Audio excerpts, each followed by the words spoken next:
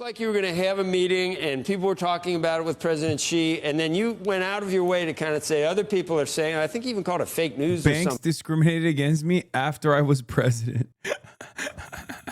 What? They debanked me. I do not believe that. It looked like you were indicating that you were unhappy or that talks had broken down, and we've had a couple of frameworks or some positive moves. And you know, China, you've had a lot of success with other countries. China is a big deal and a big, not quite the elephant in the room, but certainly an important trading partner. Where does that stand? Will there be a meeting between you and President Xi? Anything planned at this point? What's the sticking point now, and how optimistic are you that we get a comprehensive deal? Well, I can have a meeting. We have a very good relationship, but I didn't call for the meeting. He called for the meeting. So the fake news announced Donald Trump wants a meeting with China. No, I didn't want it. No, he asked for a meeting, and I'll end up having a meeting before the end of the year, most likely, if we make a deal. It's so funny because objectively wrong, okay? Especially because, like, you can tell it's wrong because Donald Trump is the only party that has lowered tariffs in the process after literally increasing it for no fucking reason whatsoever. This is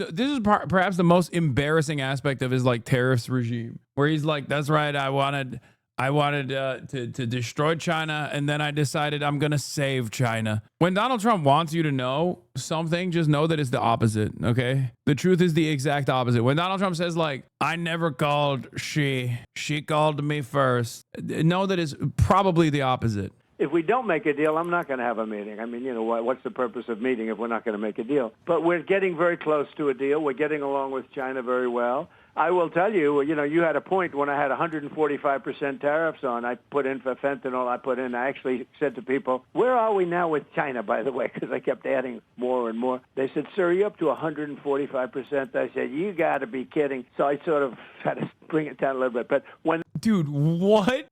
Dude, what? What? You just said you were slapping erroneous tariffs on America's largest trading partner? Dude, I'm just being the president. What the fuck? Oh my God. He's like, I don't know. One day I said 50. Next day I said 100. Why not 150? What the fuck?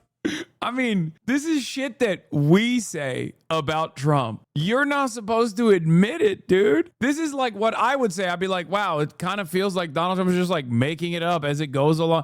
As he goes along, just adding random numbers onto a pile. He's like, yep, it just made it up on the spot. It was great, believe me.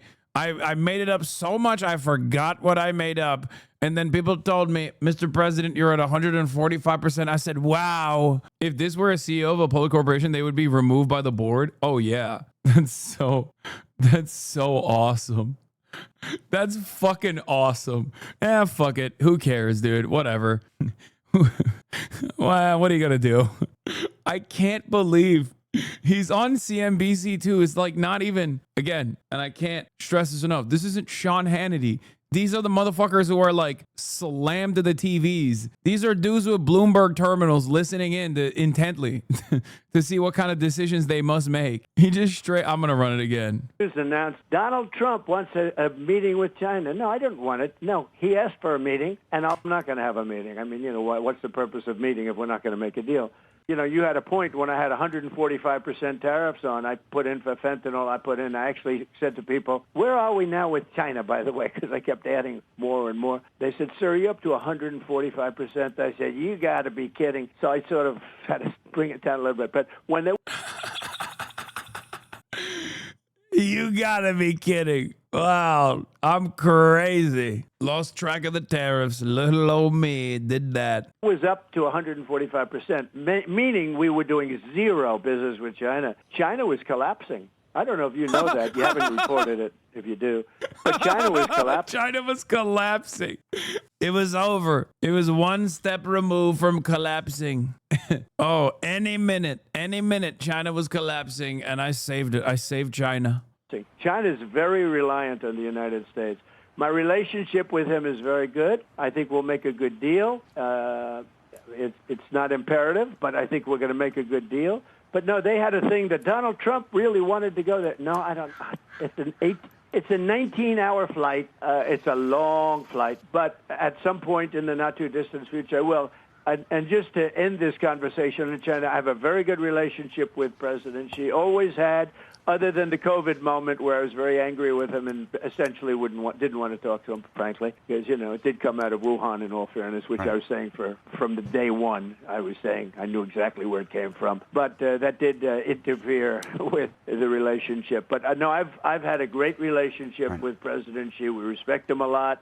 They respect us a lot. They didn't respect Biden. They thought he was a numbskull. They couldn't believe he was the president. So I don't get it. If China did COVID, wouldn't that imply that they respect you way less than Biden? Like if China did COVID and it wasn't just like, if it was like a biochemical attack, like clearly they don't respect you at all then. They did it when you were president. We're slapping a 50% tariff on coffee producer that supplies 1/3 of America's coffee consumption. We produce maybe 0.3% of our yearly coffee consumption domestically.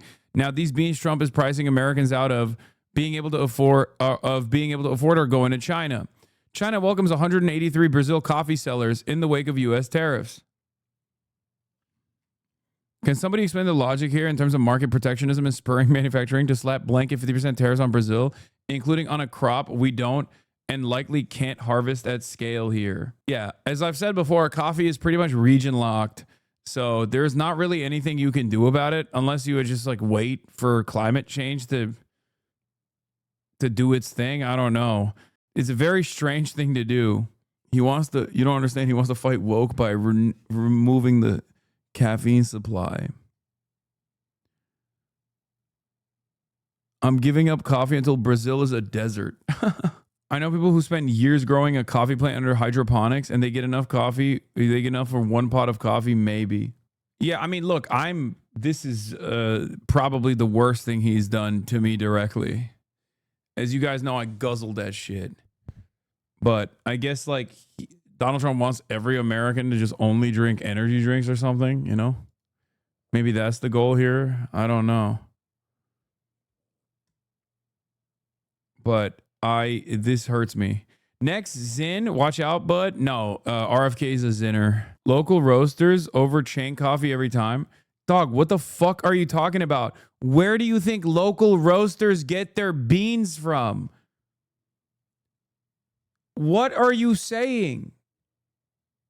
I make my own espresso. Bug, give me that shade-grown coffee.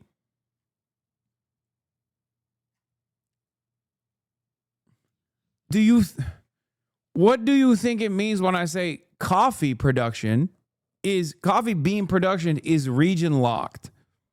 Okay. America happens to be, with some exceptions, outside of that region. Also, this kind of fucking wide sweeping blanket tariff on coffee beans is unironically going to hurt small local roasters way harder than fucking Starbucks. Like Starbucks is cooked too, make no mistake. But if Starbucks is cooked, then local roasters are cooked tenfold.